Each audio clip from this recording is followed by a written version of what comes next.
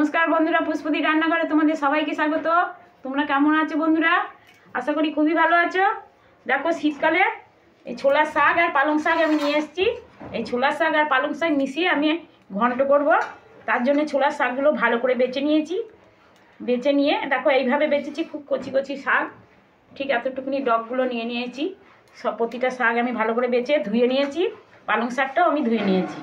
দেখো এরকম কচি কচি পালং শাকেরই প্রয়োজন এই ঘন্টটা করতে গেলে। তাহলে আমি এবার প্রথমে শাকগুলো খুব ভালো করে কেটে নেব। দেখতে থাকো আমি কিভাবে শাকটা কেটে নিচ্ছি। প্রথমে ছোলার শাকটা কেটে নিচ্ছি, আর কিভাবে কাটতে হবে তোমরা লক্ষ্য করবে। শাকগুলো অবশ্যই ভালো করে ধুয়ে নিয়েছি 2 থেকে 3 বার। দেখো এইভাবে নেবে।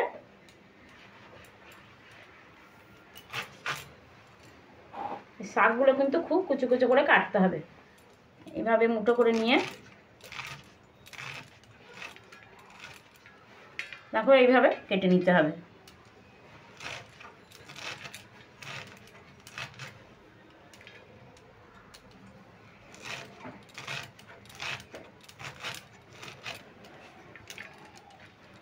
এইভাবে আমি ছোলা শাকগুলো কেটে নিচ্ছি।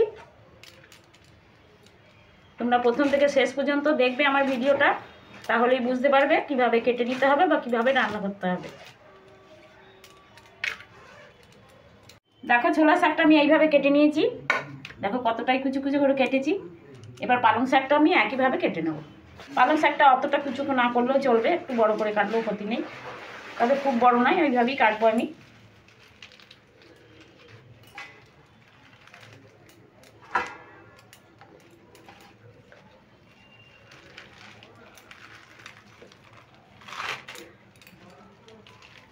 একইভাবে আমি কেটে নিচ্ছি পালং শাকটা।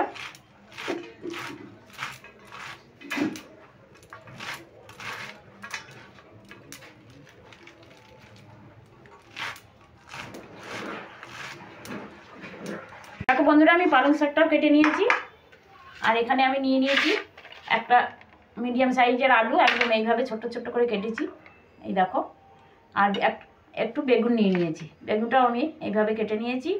বড়ি নিয়েছি, ছোট মতন বড়ি নিয়েছি, কাঁচা লঙ্কা, তেজপাতা, আর এখানে আছে আমার আতপ চালের গুঁড়ি। তা দেখতে থাকো আমি কিভাবে ঘন্টটা করছি। এই সমস্ত কিছু দিয়ে আমি শাকের ঘন্ট করব। তার জন্য আমি গ্যাসটাকে ধরিয়ে দিচ্ছি, কড়াইটাও বসিয়ে দিলাম। দেখো কড়াইটা গরম হয়ে গেছে। এখন আমি কড়াইতে দিয়ে দিলাম পরিমাণ মতন তেল, সর্ষের তেল। এই শীতকালের দিন এইভাবে আলু বেগুন এইভাবে ছোট ছোট করে কেটে পালং শাক দিয়ে ছোলার শাক দিয়ে ঘন্ট করলে প্রথম পাতে দারুণ লাগে। বাঙালির তো শাকটা হচ্ছে প্রথম পাতে খুব প্রিয়, তাই এরকম শাক যদি প্রথম পাতে গরম গরম ভাতে হয় না, তাহলে দারুণ লাগে খেতে।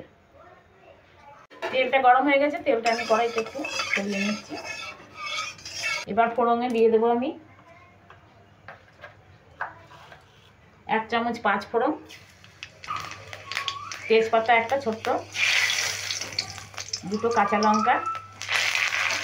আমি ফোড়নটা একটু ভালো করে নেড়ে নেব।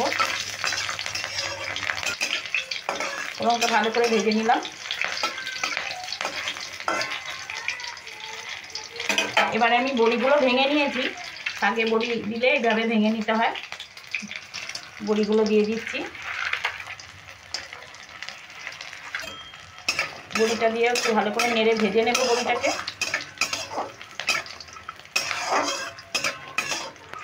দেখো বড়িটা খুব ভালো করে ভেজে নিয়েছি। তাহলে এবার করতে হবে এই ছোট কেটে রাখা আলুগুলো আমি দিয়ে দিচ্ছি।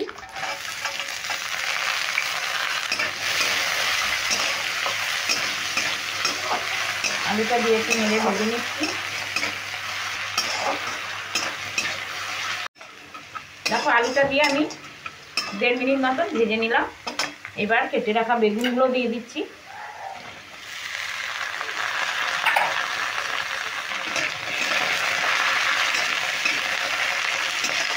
বেগুনগুলো দিয়েও 1 মিনিট মতন ভেজে নেব।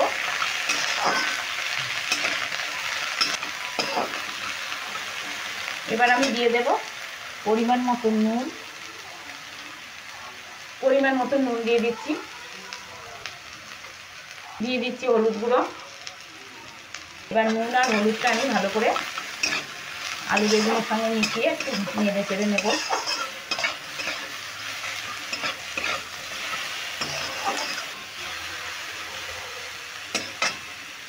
এখানে আমি আদা আর কাঁচা লঙ্কা বেটে নিয়েছি, 1 টুকরো আদা আর 4টে কাঁচা লঙ্কা নিয়ে নিয়েছি। এবার আমি দিয়ে দিচ্ছি, মানে একটু বাটিতে দিয়ে জল দিয়ে দিচ্ছি।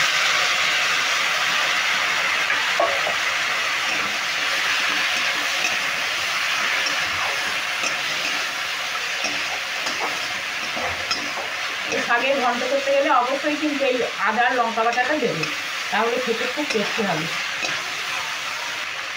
একটু দিয়ে দিচ্ছি 1/2 চামচ জিরের গুঁড়ো, সামান্য একটু জিরের গুঁড়ো দিয়ে দেবো। তোমাদের কাছে যদি বড়ি না থাকে তোমরা এক্ষেত্রে এখানে কলাই ডাল ভাজাটাও দিতে পারো, এটাও খেতে ভালো হবে। তবে শীতকালে এই বড়িটা দিলেই বেশি ভালো লাগে।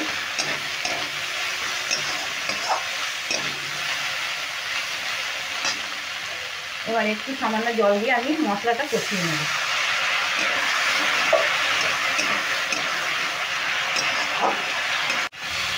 দেখো মশলাটা আমি ভালো করে ভেজে নিয়েছি আলু বেগুনের সঙ্গে। এবার আমি ছোলার শাকটা প্রথমে দিয়ে দেবো। ছোলার শাক কেটে রাখা ছোলার শাকটা প্রথমে দিয়ে নিচ্ছি।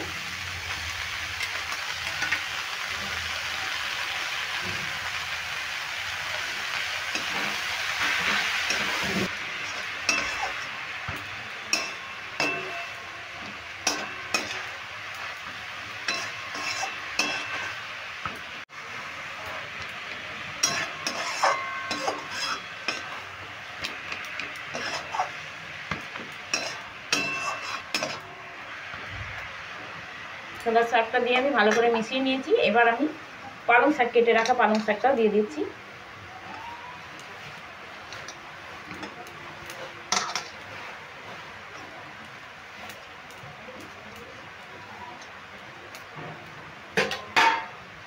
পালং শাকটা দিয়েও ভালো করে নেড়ে নেব।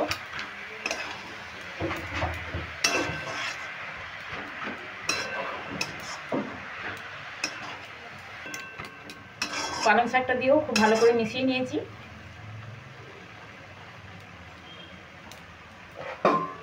এবার 3 মিনিট মতন আমি ঢাকা দিয়ে রাখবো। পালং শাকে জল আছে, জলটাতেই সেদ্ধ হয়ে যাবে। দেখো 3 মিনিট হয়ে গেছে। এবার আমি ঢাকাটা খুলে দিচ্ছি।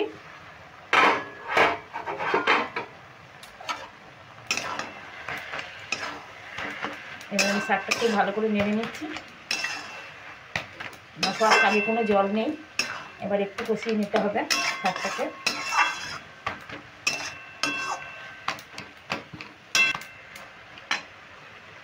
এই সময় দিয়ে দেবো আমি 1 চামচ মতন চিনি।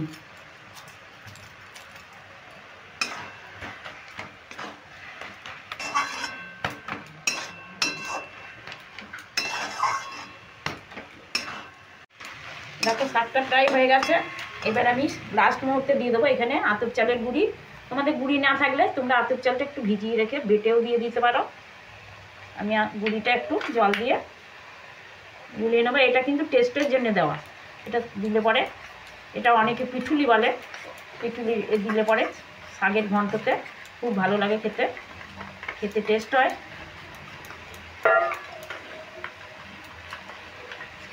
গুলিটা একটু জল দিয়ে গুলিয়ে নিলাম। এবার আমি দিয়ে দেবো। এবার বাটিটা ধুয়ে একটু জল দিয়ে দিচ্ছি।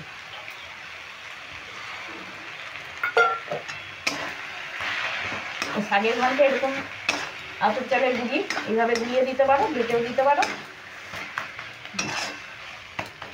এটা সম্পূর্ণ টেস্টের জন্যে, আবার শাকটাও খুব আঠালো ভাব হয়। তা বন্ধুরা এইভাবে শাকের ঘন্ট করে খাবে তোমরা। আশা করি তোমাদেরও খুব ভালো লাগবে। ভালো লাগলে কমেন্ট, লাইক, শেয়ার করতে ভুলবে না। সকলের সঙ্গে, বন্ধু বান্ধবের সঙ্গে শেয়ার করবে। আর যারা এখনও সাবস্ক্রাইব করেনি তারা যেন অবশ্যই সাবস্ক্রাইব করে দেবে, আর পাশে থাকা বেল আইকনটা প্রেস করবে। তাহলে শাক আমার একদম রেডি হয়ে গেল। এবার আমি নামিয়ে নিচ্ছি একটা পাত্রে।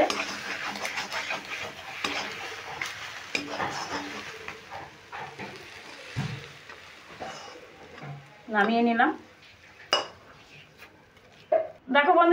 পালং শাক দিয়ে ছোলার শাকের ঘন্ট বড়ি দিয়ে একদম রেডি। এইভাবে তোমরা করে খাবে, গরম গরম ভাতে দারুণ লাগবে খেতে।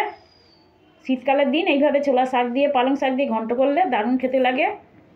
তাহলে এবার আমি আসি, পরের দিন আবার অন্য কোনো নতুন রেসিপি নিয়ে তোমাদের কাছে চলে আসবো। তোমরা ভালো থেকো, সুস্থ থেকো।